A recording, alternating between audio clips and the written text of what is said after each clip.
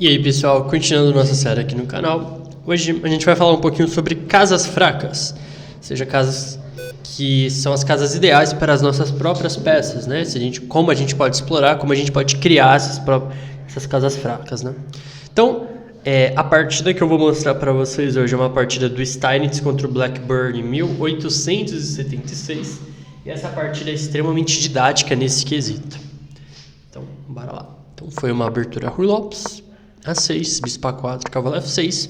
E aqui o Steinitz jogou com D3, que é uma das milhares de variantes que as brancas podem acabar usando. Mas o principal aqui é roque, pelo que eu sei, né? Nossa, é muito principal, assim. Então, D3.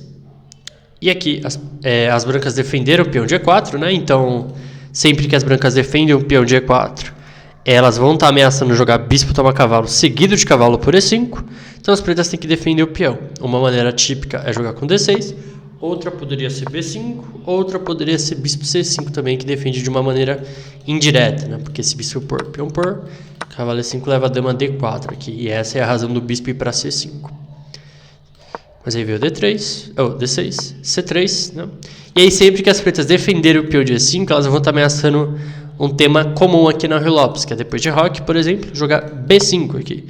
E depois de bispo B3, pegar o bispo com cavalo A5, e assim o preto vai ter o par de bispos, tá? Então é um tema bem típico. Então, se as brancas defenderam o peão de E4, estão ameaçando o bispo por cavalo. E se as pretas defenderam o peão de E5, vão estar ameaçando B5 e cavalo A5. Então, por isso o Stein jogou C3 para puxar o bispo para C2. Veio o bispo B7, H3, lance normal. Roque, dama E2. Só que aqui o Steinitz, nessa época, em 1800, várias partidas do Steinitz rolava esse tema aqui do Steinitz atrasar o roque e ele atacar na lado rei, né? Então a ideia do centro dele, né? Tanto que eu acho que isso aqui se chama centro do Steinitz, é uma estrutura bem típica, é o peão de D3 não ir para D4 para justamente apoiar o peão de E4 aqui, e o peão de C3 controlar a casa de D4, tá? E aí ele mantém o centro sólido aqui, porque você só consegue atacar nas alas, de acordo com a teoria do Steinitz, né? Você só consegue atacar nas alas se você tiver um centro muito sólido, um centro firme. Então a ideia das brancas é jogar dessa maneira. Então ele vai jogar H3, e aí veio o cavalo E8. Não sei exatamente para que o Blackburn jogou esse lance, só que aí veio o G4, né? Então ganhando espaço na lado do rei e começando o ataque, né? Siga o B5, bispo C2, e aí jogou com o bispo B7 aqui. Talvez uma justificativa pro cavalo E8 fosse F5 aqui, mas, né, enfim. Bispo B7, e aqui eu acho que o Blackburn organizou um pouco mal as peças. Eu acho que, no geral, quando acontece esse tipo de coisa, né, de ataque na ala cedo, as pretas precisam jogar um lance como D5 aqui, rompendo no centro, justamente para tentar abrir o centro, né, e fazer com que o centro das brancas meio que exploda. Outras ideias aqui também pode ser B4, né, para tirar o controle das casas, certas casas aqui das brancas, tá? Mas aí veio o bispo B7, cavalo de BD2, e aqui o Steinitz fez uma manobra extremamente típica na Rui Lopes e na italiana também, que é depois de o preto jogou com dama D7, e aí veio o cavalo F1, e aí o cavalo pode ir tanto para E3, tanto para G3 aqui, né? Seguiu o cavalo D8, com a ideia de pôr o peão de C para jogar também, ideias como C5, em alguns casos C6 também. Mas, de novo, eu acho que ele tinha que ter tacado um D5 aqui, né, e tentado abrir a posição de algum jeito. Mas aí veio o cavalo D8, e aí o Steinitz jogou com o cavalo E3, né? O cavalo tá indo pode ir para F5, e em alguns casos pode ir para D5 também. Seguiu o cavalo E6, cavalo F5, colocando o cavalo numa casa muito forte aqui, apoiada por dois peões. Certo. E aqui, esse cavalo em F5 é chato, né? É uma peça muito chata, uma peça um tanto quanto incômoda até. Ela fica ali incomodando, pressiona aqui, tá perto do rei das pretas, né? E tal. Mas ainda assim, talvez ainda não fosse motivo para desespero aqui. Talvez com um lance como C5 aqui, né? Colocando o peão C para jogar e tentar organizar as peças depois, e tentar abrir o centro, né? Igual a gente estava comentando.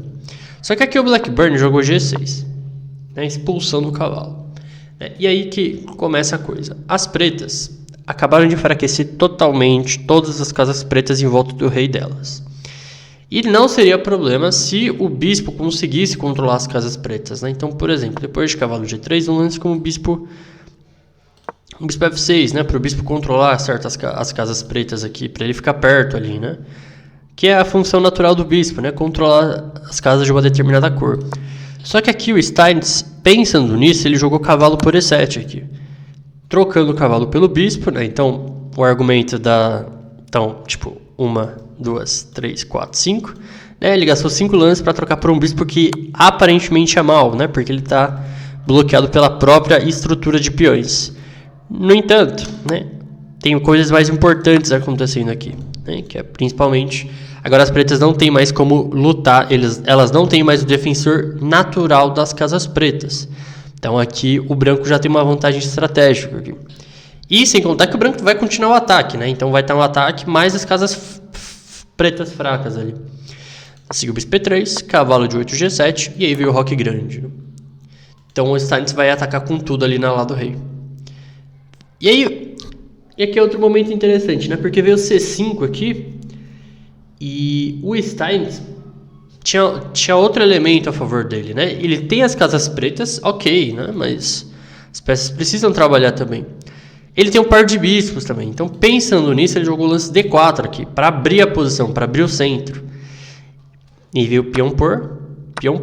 Só que ao mesmo tempo está abrindo o rei dele, né? Então, só que aqui, assim, as pretas deveriam ter jogado C tomar E4, né? Depois de cavalo por E4, torre de AC8, né? Colocar a torre aqui e em algumas hipóteses jogar D5 aqui, né? E tentar criar contra-jogo, né? Porque senão vai ser destruído ali nas casas pretas. Mas aqui o Blackburn jogou C4, que é um lance criminoso, assim. É completamente criminoso, não faz sentido. Não faz sentido. Porque veio D5 agora. Cavalo C7. E olha só. Olha essa avenida aqui nas casas pretas, né? E aí, de novo, o defensor natural das casas pretas já se foi, né? Seguiu dama D2, A5 e agora bispo D4. Olha só. Que coisa linda, não? Então, e aí veio F6 para tentar limitar o bispo. Dama H6, né? Colocando a dama um pouco mais perto do rei, criando algumas ideias, tipo H4, H5. Veio B4 e agora G5, né? Para abrir, tirar esse peão daí e de novo aumentar a força do bispo de D4. Seguiu F5, né? Infelizmente abrindo aqui, só que aí veio o bispo F6, dama F7 e E toma F5. E aqui o branco tem um ataque amassador, destruidor, avassalador, né? Porque, bom, caiu o peão, né? Na verdade não caiu o peão, né? Segue G por F5, mas depois de G6 aqui tá abrindo linha, tá abrindo colunas em cima do rei das pretas já, que é um completo de um desastre total. Seguiu dama G6, né? Se jogar H toma G6, leva cavalo G5, colocando mais uma peça no ataque. E se jogar dama para F6, leva dama H7 mate, né? Então veio dama G6, só que aí bispo G7, e aqui o branco ganhou uma peça, né? Porque se jogar dama G7, leva a torre de HG1, cravando o rei e a dama. Cravando a dama, no caso, né? Dama H6, bispo H6, torre F6. Bom, e aqui a partida já não interessa tanto, né? Porque só foi a parte de conversão aqui, ele acabou ganhando mais material. Mas eu acho que essa partida é muito instrutiva nesse quesito de criação, né? Provocar o cara a criar casas fracas e explorar, né? Então, normalmente, quando tem muitas casas fracas aqui, por exemplo, é uma bela ideia tirar o bispo do adversário, né? Ou seja, tirar o defensor natural daquelas casas. Então, se tem casas pretas no tabuleiro fracas, tente trocar os bispos de casas pretas, né? E a mesma coisa inversa, né? Se você tem casas fracas, tente manter o bispo que defende aquelas casas, né? Então, eu achei essa partida muito instrutiva nesse quesito. Eu espero que vocês tenham gostado dessa aula e vejo vocês no próximo vídeo.